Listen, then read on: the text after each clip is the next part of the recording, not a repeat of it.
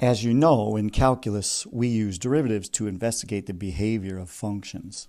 And so far, we've focused on investigating the rates of change of those functions. But we can also use derivatives to help us understand and locate extreme values of functions. And that's what we're going to discuss in this video. From our textbook, the objectives for this lesson are to define local and absolute extrema.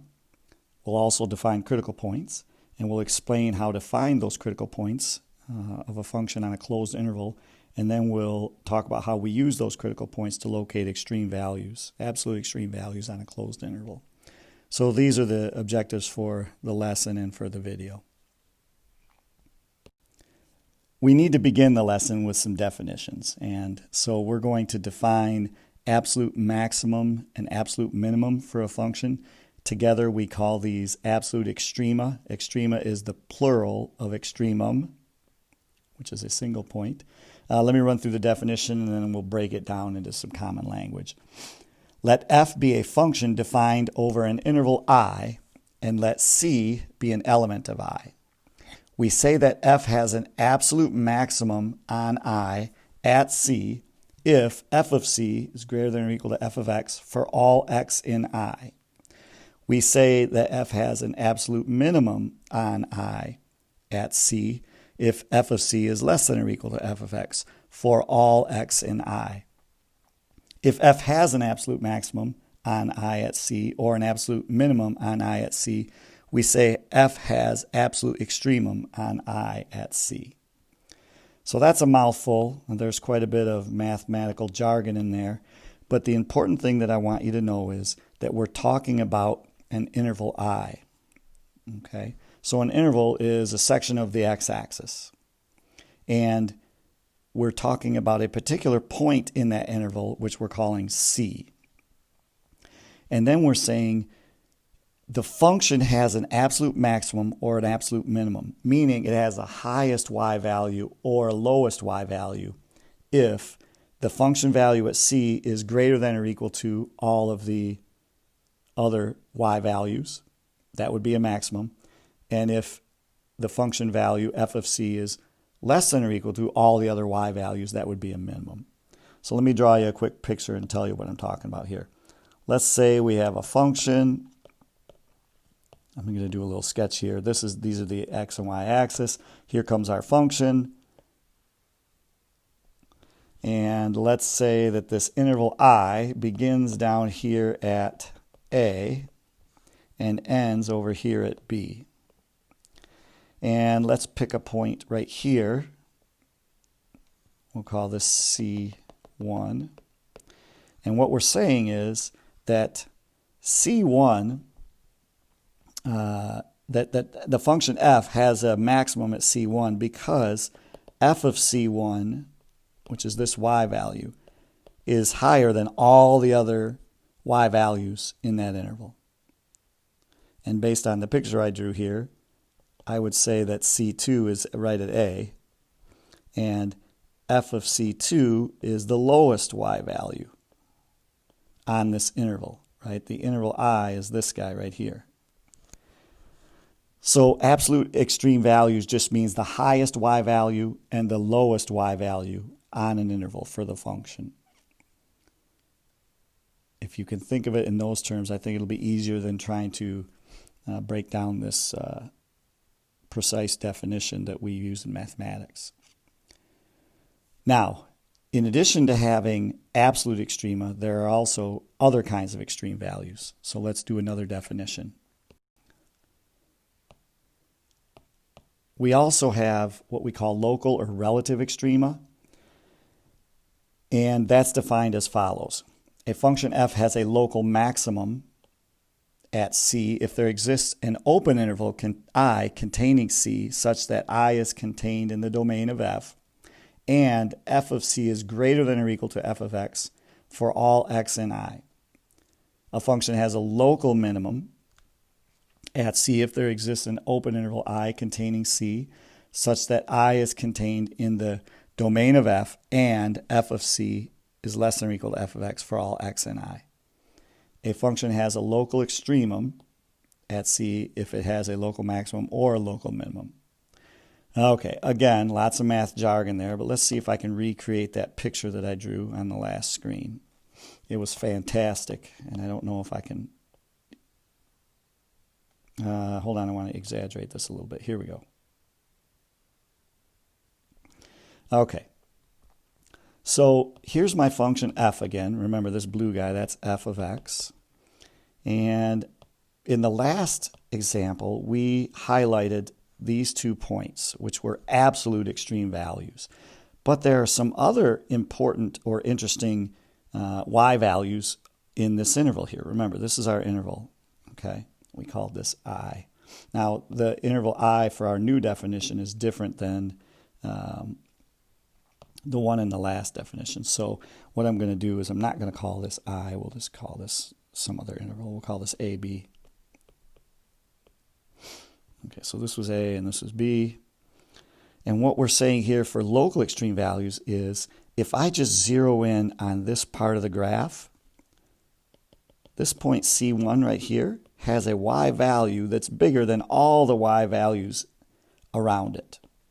And I would call this a local maximum because it's higher than all the y values around it. As long as I can zoom in and make it the highest point for part of that function, we're fine. In other words, my interval I in this case would just be this little area here. I is a part of the domain of f, but we're zeroing in on just that piece. Similarly, and I'm going to change color here to green, if I just zero in on this part of the graph, there's a point right here, we'll call it C2, where f of C2 is the lowest y value in that little neighborhood. If we just zero in on this part, f of C2 is the lowest y value, and that's what we call a local minimum. So even though this function has absolute extreme values on the interval from A to B, right? We located those in the last example. It also has what we call local extreme values. Let me give you a better picture of this on the next slide that's not my chicken scratch. And hopefully this will drive the point home for these 2 definitions. So this picture sort of sums up what we're explaining in the definitions of absolute and local extreme values, extrema. I'm just going to put a little dot here and a little dot here so you can see what's happening. So we have an absolute min right here at point A. F of A is the lowest y value. We have an absolute max over here at point D. F of D is the highest y value on the interval AB. And then point C happens to be a local maximum because in the neighborhood near C, it's got the highest y value. And point E here has the lowest y value in its neighborhood. We can also take a look at this endpoint and find that it has a local minimum for its neighborhood, right? And what I mean by that is if we just zero in on this part of the graph, those are local extreme values. Now, I want to point out one other thing, and that is that absolute extremes are also local, right? If I just zero in on this part of the graph, that absolute minimum is also a local minimum for that neighborhood. And if I just zero in on this part of the graph, that absolute maximum is also a local maximum. Okay, enough about extreme values. Let's introduce a famous theorem that tells us the existence of absolute extremes.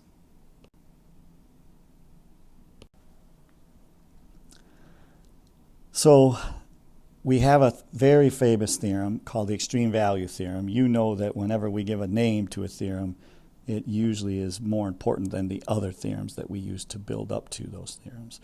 So this guy is called the Extreme Value Theorem, and in class we may also refer to this as the EVT, the Extreme Value Theorem.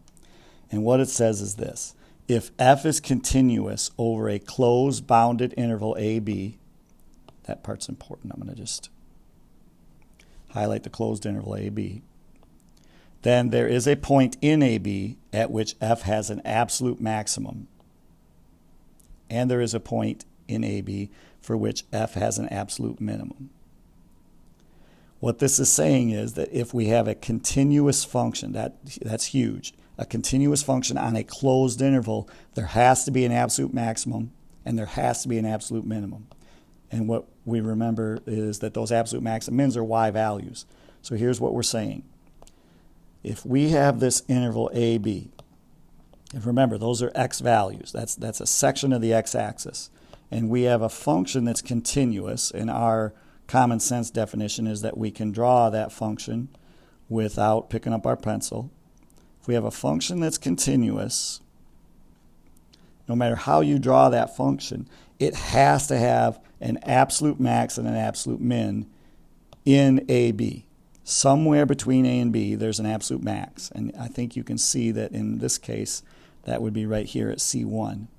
And somewhere in this interval, there has to be an absolute min, the lowest y value, and we'll call that C2.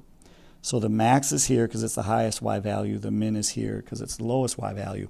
And this extreme value theorem guarantees that we're going to have both a minimum and a maximum.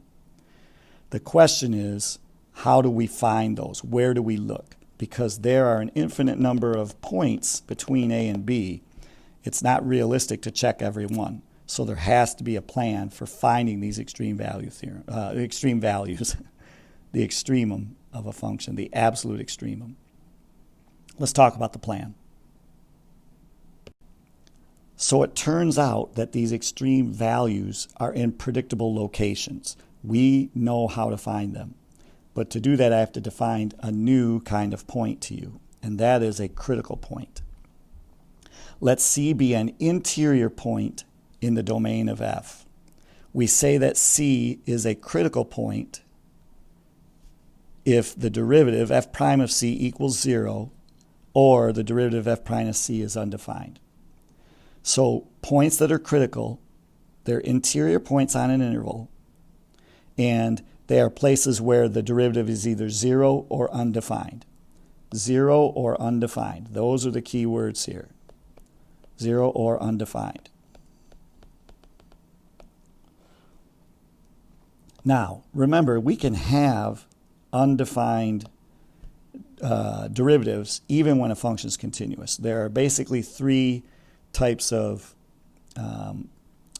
situations for a continuous function where the derivative doesn't exist. We have something called a corner. So if you have a function that has the shape where it's continuous, I can draw it, but there's this corner here where there's this little tip point. The derivative doesn't exist there. And remember that derivatives are just limits of the difference quotient. And what's happening here is the limit here is constant, and the limit here, as we check the slopes, goes towards 0. So those two limits aren't the same, the left and right hand limits. So the derivative doesn't exist, even though the function is continuous. I can draw that shape, a corner, this is called a corner. I can draw it without picking up my pencil, but there's no derivative there. And in that case, that would be called a critical point. Another type of critical point where the derivative doesn't exist is what we call a cusp. So this shape where the derivatives on the left is heading towards positive infinity, and the derivative on the left is negative. In other words, this one's positive and this one's negative. I'm rumbling here, I'm babbling. Depending on which way you're going. This is a positive slope and this is a negative slope. And so that limit doesn't exist. But again, it's continuous. And the reason I'm pointing this out is that's an interesting point that might be an extreme value. It's a critical point. The other kind of critical point where the derivative doesn't exist is what we call a vertical tangent. So if the function has this shape, oops, that wasn't perfect, but let's pretend there's a vertical tangent right there. If it has the shape where the tangent is vertical at a particular point, that is also a derivative that's undefined.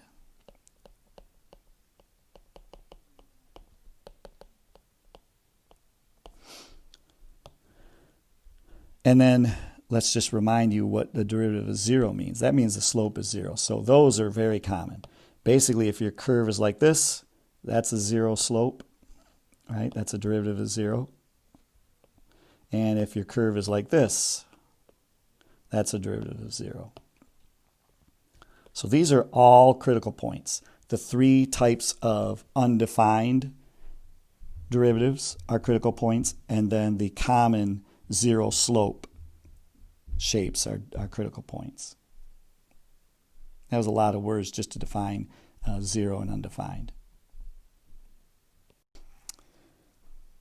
Now, a related theorem that goes along with this definition of critical points is Fermats Theorem, named after Pierre de Fermat, kind of a famous big deal French mathematician. If you're interested in finding out more about him, you can, do a Google search. But in particular, we're interested in this theorem, which says that if f has a local extremum at C and f is differentiable, then the derivative is 0. If f has a local extremum at C and f is differentiable at C, then the derivative is 0. And that's just taking this idea of the extreme value theorem and these critical points, and it's saying we know that if we have an extreme value and that the function is differentiable, then the derivative has got to be 0. It'll come in handy when we're investigating some behaviors of functions. So I've defined these new terms: absolute extrema, local extrema, critical point. We introduced this extreme value theorem, which guarantees that there are extrema on a closed interval, an absolute max and an absolute min. We're really just trying to zero in on how do we find those, and that's what theorem 4.3 is about here. Let f be a continuous function over a closed bounded interval I. The absolute maximum of f over I and the absolute minimum of f over I must occur at endpoints or at critical points. This is the key here. This tells us where we're going to look for these extreme values. Must occur at endpoints or critical points. That's the key to this plan. And we're going to define a particular strategy along with this theorem to help us locate these things. Then I'm going to run through an example, and this video will be done. So in a nutshell, here's our plan. We are going to evaluate f at the endpoints, x equals a and x equals b. Remember, evaluate means plug in the numbers and get the value. So we're going to get the y values at a and b.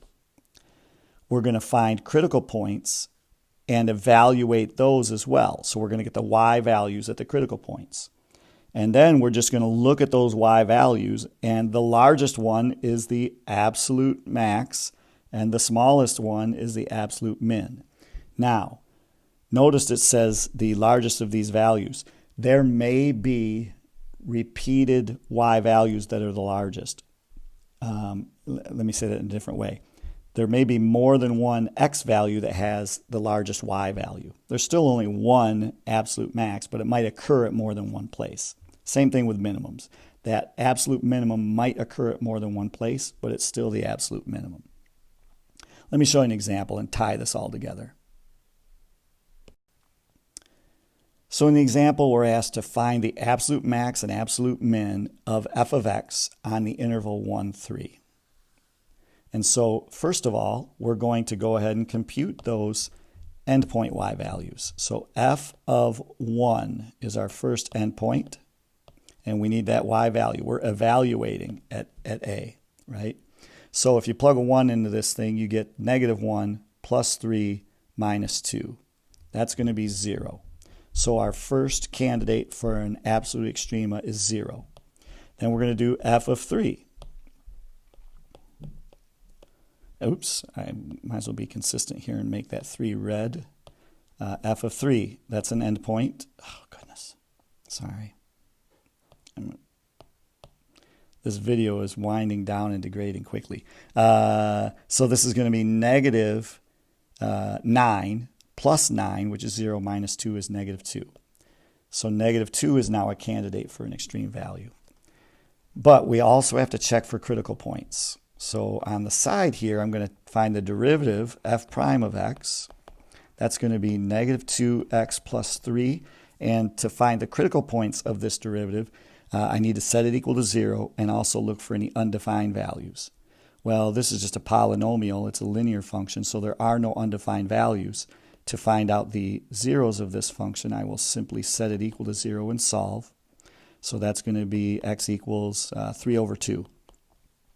So this is the critical point. It's the only one. These two guys over here, these are endpoints. And now we have a critical point at 3 over 2, so we have to evaluate that one. So I'm going to do f of 3 over 2, which is 1.5. And I need to see what that y value is. 3 over 2 squared, that's going to be negative 9 over 4 plus 9 over, this is a 4, plus 9 over 2 minus 2. Ooh, I got to do a little fraction action here. Negative 9 over 4 plus 18 over 4 minus 8 over 4. That's going to be 1/4. 9 and 8 is 7. Yep, 1/4. So my candidates for extreme values are 0, negative 2, and 1/4. And let's start with the highest y value. 1/4 is our absolute max, because it's the highest of those three numbers. And negative 2 is our absolute min, because it's the lowest, right? So this is the min, and this is the max.